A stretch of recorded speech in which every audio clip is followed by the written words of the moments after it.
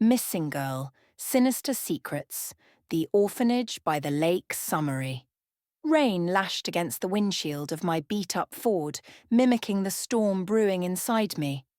My name is Hazel, and up until a few weeks ago, my life was a slow-motion train wreck. My PI business, Hazel Investigations, was less investigation and more, well, near insolvency. Then Madeline Hemsley walked in, a vision in tailored silk and an enigma wrapped in a perfectly executed smile. She needed me. Hazel freaking almost bankrupt investigations to find a missing girl. 13-year-old Mia Ross. Mia had vanished from the orphanage by the lake, a place shrouded in local lore and whispered rumours. Madeline, with a vague connection to the place and a bottomless bank account, was offering me a lifeline, a chance to prove I wasn't just a glorified skip tracer. So I took the case knowing full well I was probably biting off more than I could chew. A 13-year-old. The weight of that settled heavy in my stomach. The drive to the orphanage was a journey into the heart of atmospheric dread. Twisted branches clawed at the sky, and the lake, a dark, churning mirror, seemed to reflect something malevolent. The orphanage itself was a Gothic monstrosity, all towering spires and shadowed windows. It reeked of damp stone, forgotten dreams, and something else, something indefinably wrong. Inside, I met Sister Agnes, the stoic, unflappable woman in charge. Her face was a roadmap of wrinkles etched by years of hardship, and perhaps something more. She was helpful, in a carefully measured way, answering my questions with practiced precision, but always keeping a safe distance.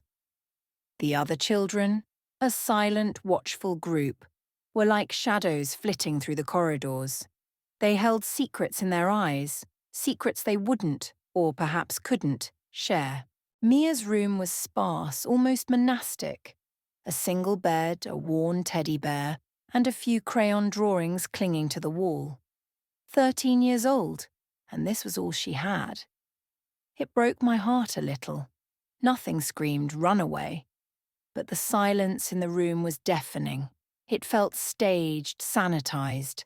And as I dug deeper, sifting through Mia's meager belongings, I started to uncover inconsistencies, things that didn't quite add up.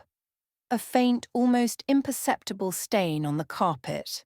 A peculiar symbol etched into the underside of Mia's bed, the wood scratched and raw around it, like someone had desperately tried to erase it.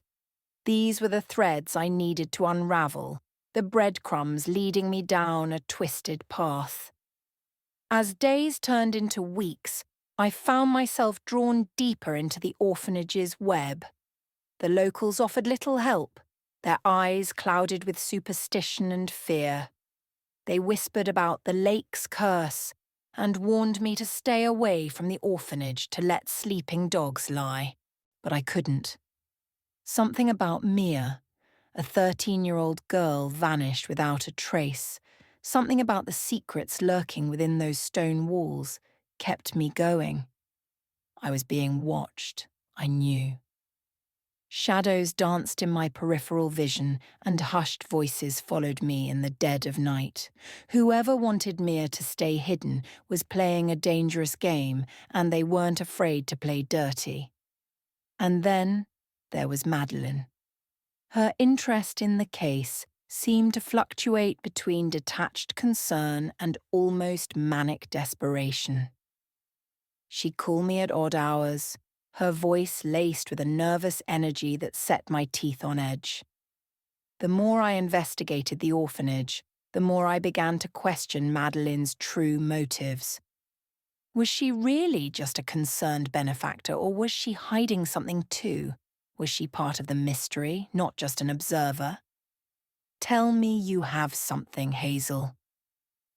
Anything, she'd plead, her voice cracking with an unsettling urgency. Please find her. The Orphanage by the Lake was more than just a home for lost children. It was a repository of secrets, a place where the lines between reality and nightmare blurred. I was walking a tightrope, and one wrong step could send me plummeting into the depths of the lake's secrets, never to be seen again. But I couldn't stop. I had to find Mia, not just for Madeline, but for myself. Because in a way, I was just as lost as she was. And maybe, just maybe, finding her would mean finding myself too. Thanks for watching. If you enjoyed this video, don't forget to like, subscribe, and hit the bell icon for more book summaries and insights. Feel free to check out another video or dive into the full playlist you see now for more great book summaries. Click now and keep exploring.